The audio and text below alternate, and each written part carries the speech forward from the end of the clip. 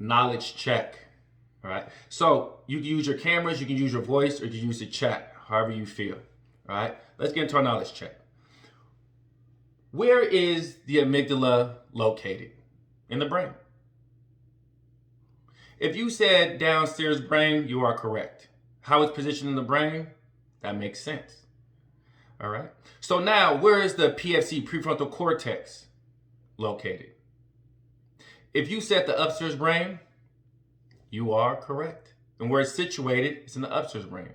So the next question, what part of the brain helps us solve problems in a creative way? Yeah, the upstairs brain. The upstairs brain is the place where we want to strengthen. That's where we want to be. Helps us stay calm, helps us stay in control and make good decisions. So now, the amygdala, it has a function. It does have a purpose. Can anybody tell me what that purpose is? Its original function was?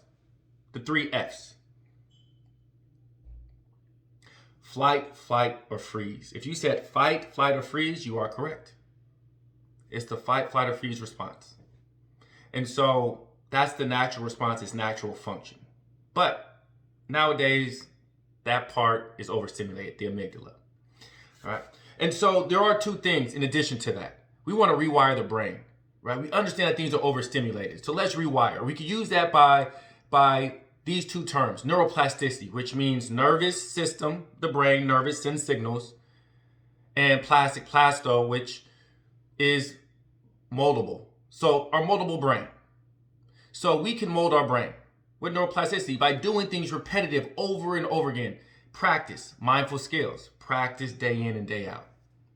Now, in addition to, we have mirror neurons. Mirror neurons are neurons kind of like fireworks, that fire. And these mirror neurons, anytime there's any human interaction or anything that we do, right?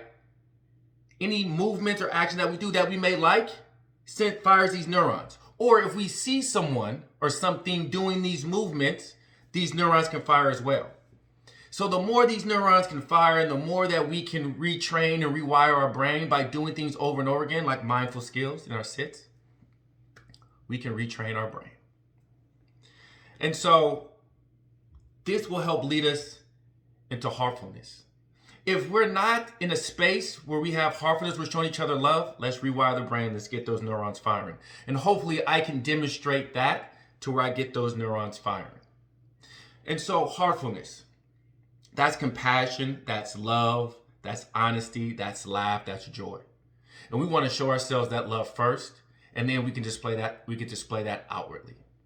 So keep compassion in mind, right? Keep it in that prefrontal cortex. Keep it right there. Love yourself. And so the biggest thing is, I mentioned earlier, was how do you treat yourself, right?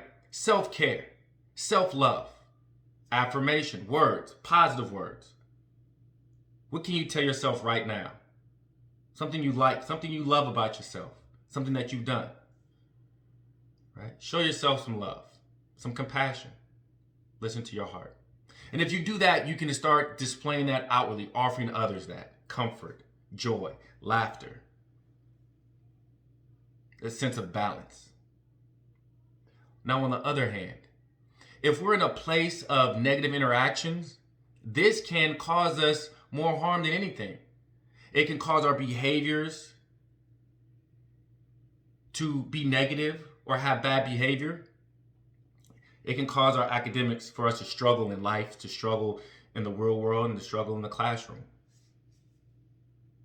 This can cause us to be sad, to have heartbreak, misery, despair,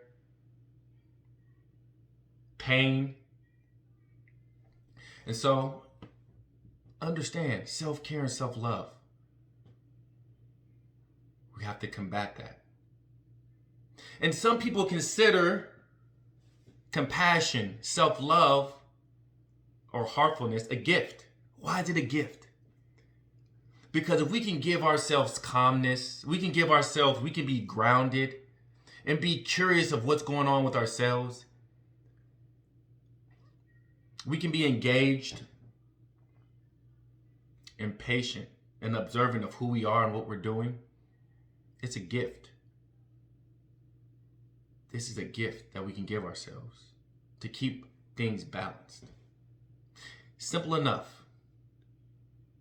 Love, kindness, and patience is compassion, heartfulness. And so that's our topic. That's our time. If that makes sense to you, dive deeper into your practice.